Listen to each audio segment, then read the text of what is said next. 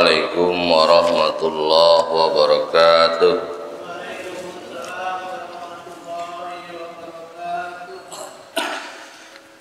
Innal hamdalillah nahmaduhu wa nasta'inu wa nastaghfiruh wa na'udzu billahi min shururi anfusina wa sayyiati a'malina. May yahdihillahu fala mudilla lahu wa may yudlil fala hadiya lahu.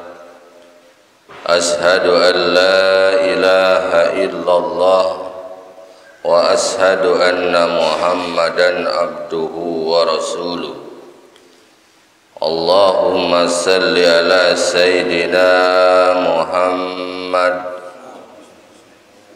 wa ala ali sayyidina Muhammad kama sallaita ala Ibrahim innaka Hamidum Majid. Rabbi shrah li sadri wa yassir li amri wahlul 'uqdatam min lisani yafqahu qawli. Rabbi zidni ilman warzuqni fahman. Allahumma aghnina bil ilmi wa zayyinna bil hilmi wa akhrimna bit taqwa wa jammilna bil afiyah. Allahumma iftah lana futuhal arifin bi hikmatika wansur alaina rahmataka wa dzakkirna ma nasina ya dal jalali wal ikram. Bapak-bapak sekalian, alhamdulillah di pagi hari yang berbahagia ini Allah masih memberikan kesempatan kepada kita untuk melaksanakan amaliyah dari mulai sholat subuh berjamaah dan sekarang kita duduk di majelis ini dalam rangka talabul ilmi. Mudah-mudahan amaliyah yang kita lakukan saat ini dicatat oleh Allah sebagai amal soleh yang akan menjadikan kita bekal pulang nanti ke hadapan Allah Subhanahu wa ta'ala. Amin ya Allah ya Rabbal alamin.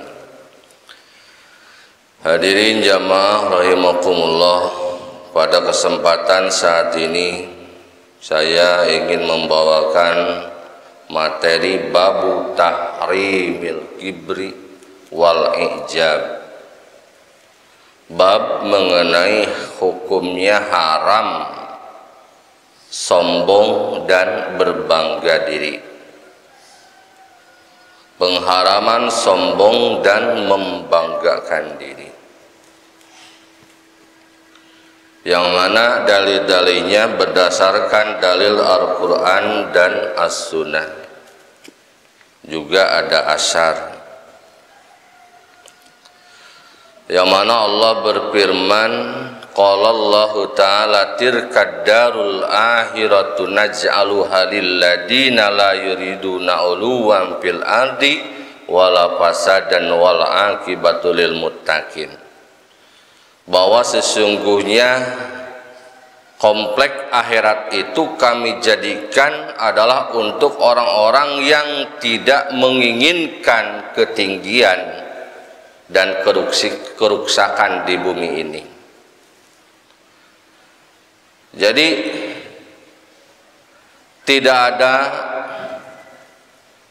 jatah bagi orang yang punya keinginan untuk tinggi. Tidak ada jatah nanti di akhirat, yakni surga. Jadi surga itu bukan diperuntukkan bagi orang-orang yang ambisi terhadap suatu ketinggian. Hati-hati misalkan ketika jadi seorang pemimpin, kalau harapannya hanya ambisi ketinggian, maka surga tidak ada buatnya. Karena Allah menyatakan seperti itu, tilkad darul akhiratu naj'aluha lil ladina la yuriduna uluwan fil ardi wala fasadan. Orang yang punya ambisi menjadi pemimpin di dunia karena harapan punya ketinggian, kedudukan, kemuliaan, maka surga tidak ada tempat baginya.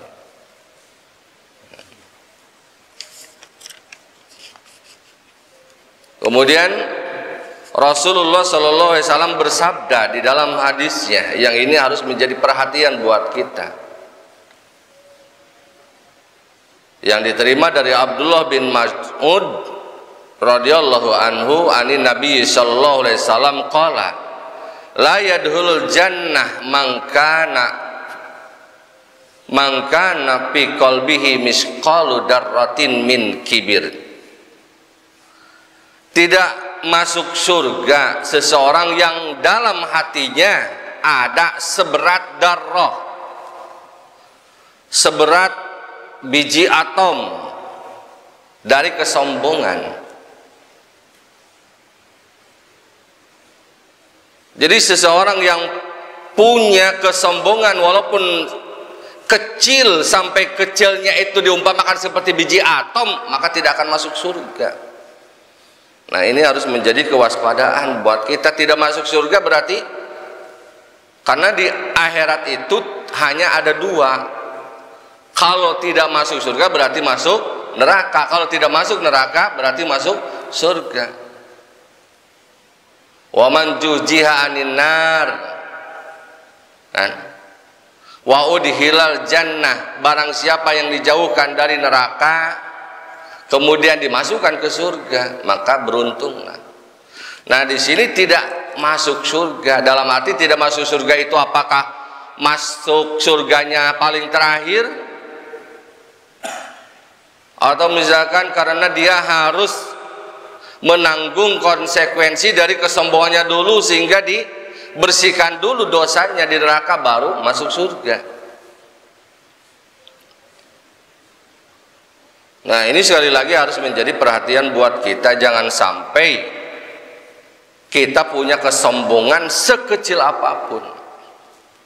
Darah itu sebesar biji atom, karena saking kecilnya sampai diumpamakan seperti biji atom. Dalam Al-Quran kan ada, wa may ya'mal misqala darratin khairan yarah wa may ya'mal misqala darratin syarran yarah. Sekecil apapun kebaikan, sekecil apapun ada perhitungannya. Kejelekan begitu. Nah, di sini orang yang punya kesombongan karena saking kecilnya sampai diumpamakan seperti biji atom, dia tidak akan masuk surga.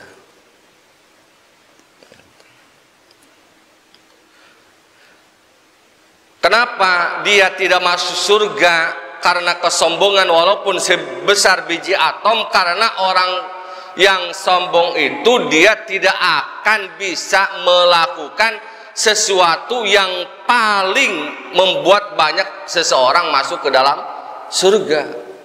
Apa itu? Rasulullah SAW ditanya, Su'ila Rasulullah SAW an aksari ma yudhilun nasa al jannah.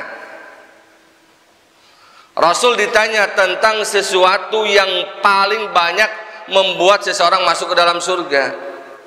Maqala taqwallah wa husnul khuluq. Yang paling banyak membuat seseorang masuk ke dalam surga itu adalah pertama takwa kepada Allah, yang kedua husnul khuluq, akhlak yang baik. Akhlak yang baik itu termasuk takwa juga. Ini kalau dalam bahasa disebut dengan atap khos terhadap am. Ini menunjukkan keistimewaan akhlak yang baik. Kemudian sebaliknya, wasuila an aksari ma yudhilun nasa an-naro. Dan Rasul ditanya pula, apa penyebab seseorang yang paling banyak memasukkan ke dalam neraka? Al-pamu wal farj, mulut dan kemaluan. Ya, ini yang paling banyak mengoleksi seseorang masuk ke dalam neraka adalah mulut. Bicara. banyak bicara. Maka hati-hati dalam pembicaraan. Maka na yu'minu billahi wal yaumil akhir falyaqul khairan aw liyasmut. Pilihan hanya dua dalam bicara itu. Kalau tidak bisa yang baik, diam.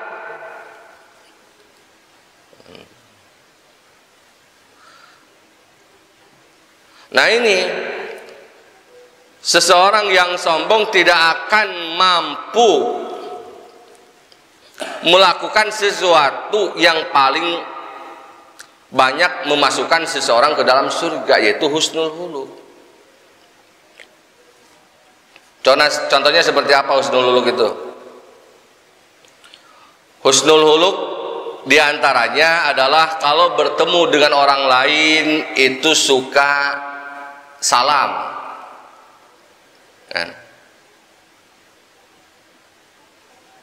Di antara husnul huluk itu, karena masalah salam itu walaupun yang memulai adalah sunnah dan yang menjawab adalah wajib, tapi yang paling utama adalah yang melaksanakan yang sunnah, yaitu yang pertama kali mengucapkan salam. Karena al-badi bis salam bariun minal kibr. Orang yang memulai salam, dia akan terbebas dari kesombongan.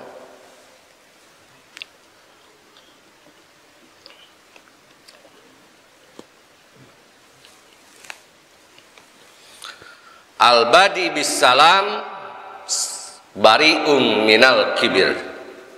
Orang yang memulai mengucapkan salam, dia akan terbebas dari sifat sombong. Nah, bagi seseorang yang sombong susah dia untuk mengawali salam.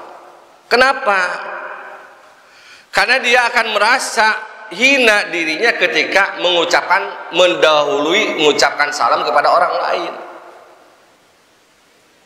Dia selalu nunggu orang lain yang lebih dulu mengucapkan salam, karena dia akan merasa terhina. Nah itu, jadi orang yang sombong itu dia akan susah melakukan sifat husnul huluk, akhlak yang baik. Maka di antara sahabat ada yang bertanya,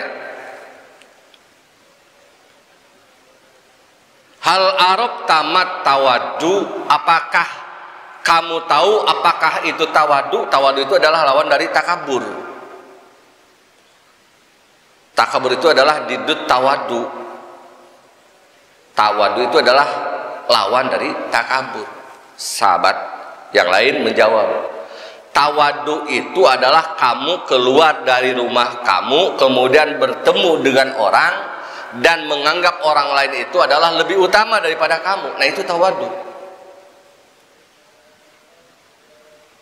Jadi selama diri kita merasa lebih baik daripada orang lain, itu berarti kita memiliki sifat sombong.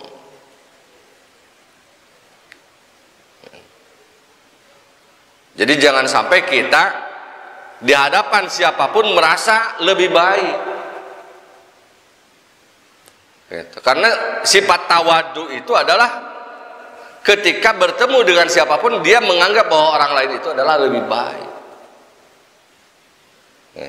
Makanya dalam Al-Quran kan, supaya terapi agar kita tidak mengolok-olok, menghina orang lain, la yashar qaumun, janganlah suatu kaum mengolok-olok yang lain.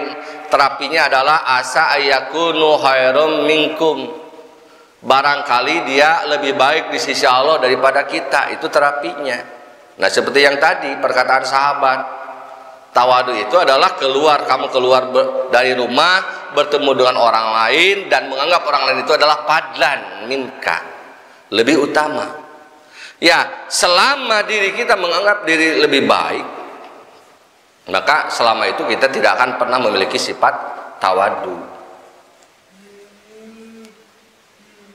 Justru adalah yang timbul adalah sifat sombong gitu.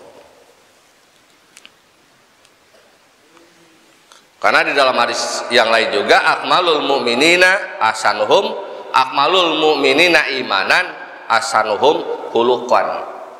Yang paling sempurna keimanan seseorang adalah yang paling bagus dalam akhlaknya. Di antara contoh husnul huluk adalah al-karam wal badlah wal ihtimal. Itu dermawan. Itu. Suka membantu, suka memberi, dermawan itu termasuk di antara sifat husnul huluk. Kemudian la tagdob, tidak suka marah. Itu di antara sifat husnul huluk. Jadi sekali lagi, orang yang memiliki sifat sombong itu pantas dia tidak akan masuk surga, karena dia susah untuk melakukan sifat husnul huluk. Karena sifat husnul huluk itu bertentangan dengan sifat sombong. Maka jangan sampai kita merasa diri lebih baik dan bertemu dengan orang lain, walaupun orang lain itu dalam penampilannya memang hina, tapi jangan sampai kita menganggap dia lebih hina. Apa yang dimaksud dengan sombong itu adalah raddul haq wa ghamtun nas. Yang dimaksud dengan sombong itu adalah menolak kebenaran dan merendahkan orang lain, itulah sombong. Jadi sombong itu adalah raddul haq wa ghamtun nas, menolak kebenaran dan merendahkan orang lain. Makanya yang namanya kebaikan, kita jangan memandang siapa bicara, tapi dengar apa katanya. Undur qala wala tandur man qala.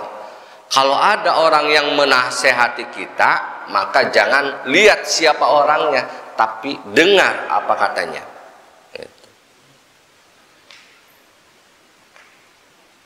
Nah, yang jadi pertanyaannya, apakah di dalam diri kita ini memiliki sifat sombong itu?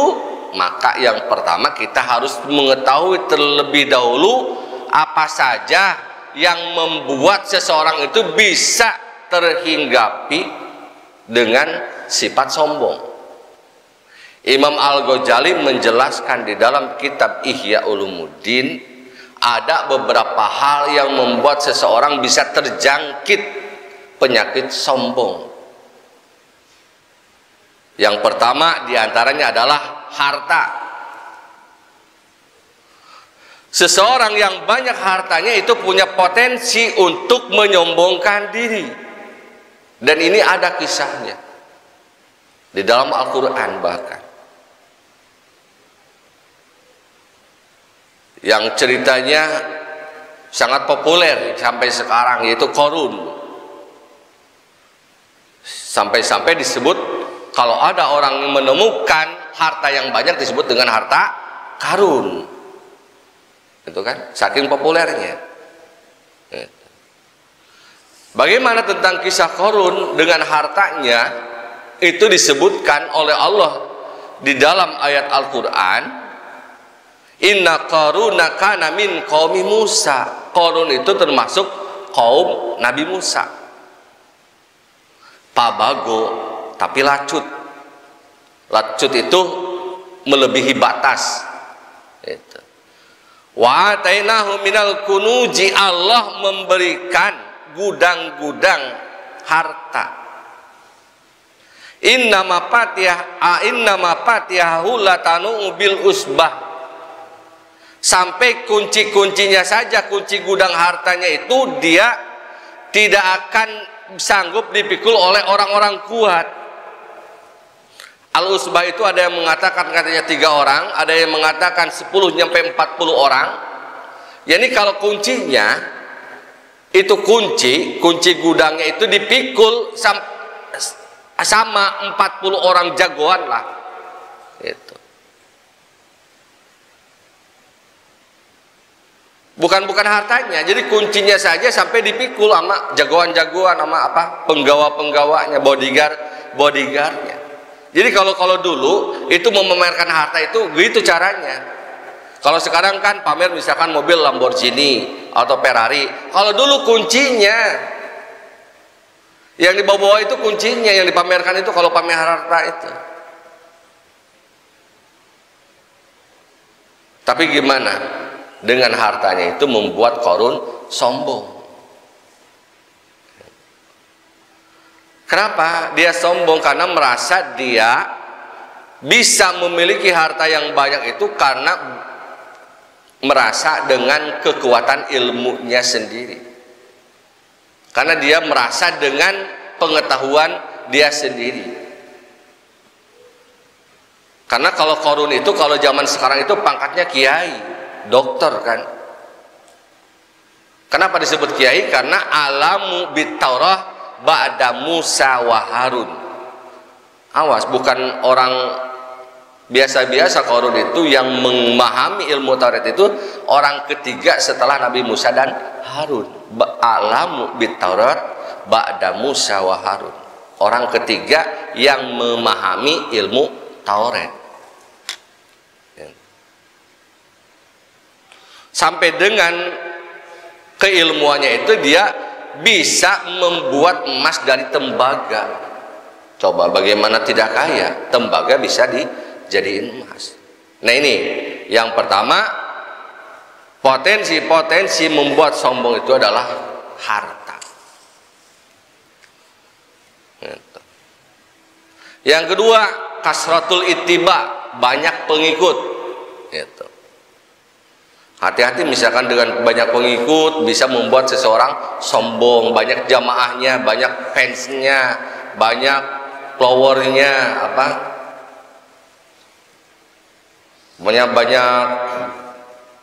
banyak pengikutnya, itu bisa membuat seseorang jadi sombong. Sehingga dia bisa menyepelekan, misalkan suatu pemimpin, dia bisa meremehkan orang lain yang pengikutnya sedikit, itu bisa.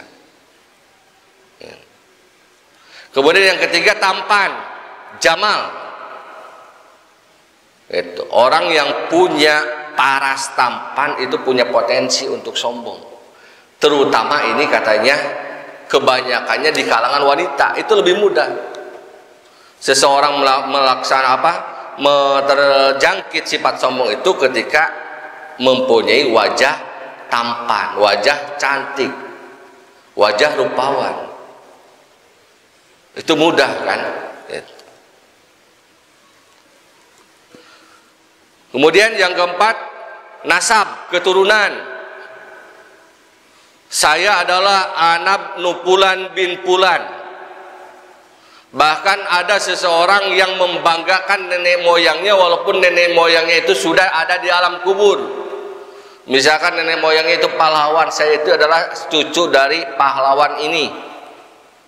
Bahkan dalam Al-Quran kan alhaakumut takasur hatta zurtumul maqabir. Orang itu suka, potensi seseorang itu biasanya suka saling membanggakan diri, sampai yang sudah ada di dalam kubur pun dia banggakan.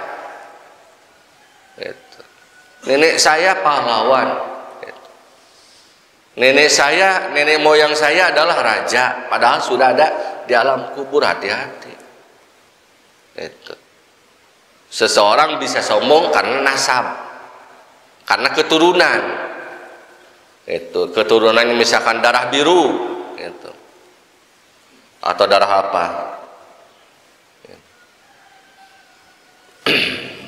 Nah itu hati-hati. Ketika punya nasab yang baik itu punya potensi untuk sombong. Kemudian yang kelima, amalnya lebih baik. Hati-hati nih kita merasa sekarang amal lebih baik. Kemudian bertemu ketika kita pulang dari taklim, dari kajian, bertemu dengan orang yang tidak ikut kajian, kita merendahkan. Hati-hati. Siapa tahu justru orang yang tidak ngaji posisinya jadi lebih baik di sisi Allah daripada kita. Dan ini nyata. Di zaman Bani Israel pernah terjadi, ada seseorang alim yang ahli ibadah didekati oleh orang ahli maksiat. Orang ahli maksiat itu dia bertujuan mendekati orang alim ahli ibadah itu supaya dia bisa sadar, bisa merubah perilaku-perilakunya. Tapi ketika ahli maksiat itu mendekati orang alim, ahli ibadah itu, ahli ibadah merasa jijik, merasa terhina. Ngapain dia dekat-dekat dengan saya? Akhirnya gimana? Allah mengutus, memerintahkan kepada malaikat, wahai malaikat, ampunilah ahli maksiat itu dan masukkanlah ke dalam neraka orang alim itu. Coba bayangkan, orang alim, ahli ibadah merasa baik, masukkan ke neraka oleh Allah. Ahli maksiat yang ingin memperbaiki diri kepada orang alim itu, dia diampuni oleh Allah. Makanya ada ulama yang mengatakan orang ahli maksiat kemudian merasa hina karena banyak dosanya, dibanding itu lebih mulia ketimbang seseorang ahli ibadah, dia merasa bangga dengan ibadahnya. Nah, hati-hati kita nih punya potensi untuk sombong, karena secara lahiriah ini sifatnya lebih baik kan, amaliah lebih baik gitu daripada orang tidur kan gitu.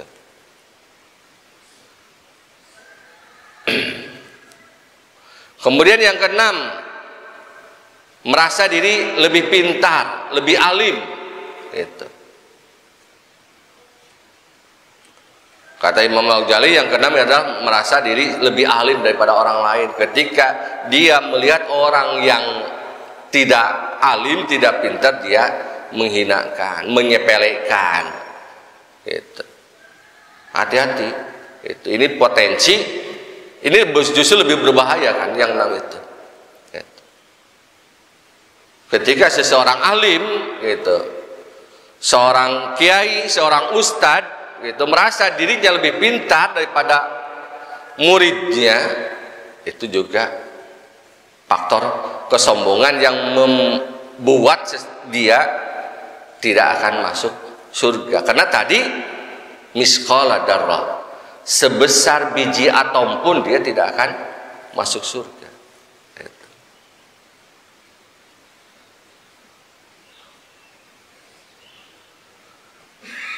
Nah, kemudian bagaimana cara menghilangkan sifat-sifat sombong dengan alasan yang tadi?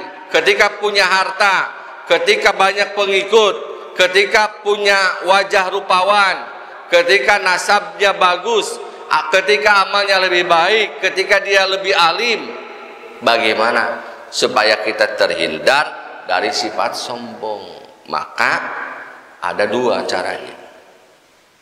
Yang pertama adalah tanamkan di dalam diri kita bahwa semua itu hanyalah milik Allah. Harta milik Allah, banyak pengikut adalah pemberian Allah, rupawan pemberian Allah, nasab anugerah dari Allah, amal yang baik juga kita bisa beramal karena Allah, dan kita menjadi alim juga karena Allah. Karena pada kenyataannya kalau misalkan orang banyak harta karena kemampuan manusia, tentu tidak ada orang miskin. Kalau banyak pengikut karena kemampuan manusia, tentu semua orang banyak pengikutnya. Kalau misalkan tampan rupawan itu adalah kemampuan manusia, hasil produksi manusia, tentu semua orang mau tampan. Tapi kenyataannya ada juga yang tidak tampan. Itu menunjukkan bahwa tampan itu adalah benar-benar kekuasaan Allah. Gitu. Kalau misalkan nasab, keturunan, kedudukan misalkan yang baik adalah kemampuan manusia, tentu semua manusia mempunyai nasab yang baik, dan juga yang lainnya. Amal yang baik, Misalkan kalau amal baik adalah kemampuan manusia, tentu semua orang kan bisa ikut kajian. Gitu.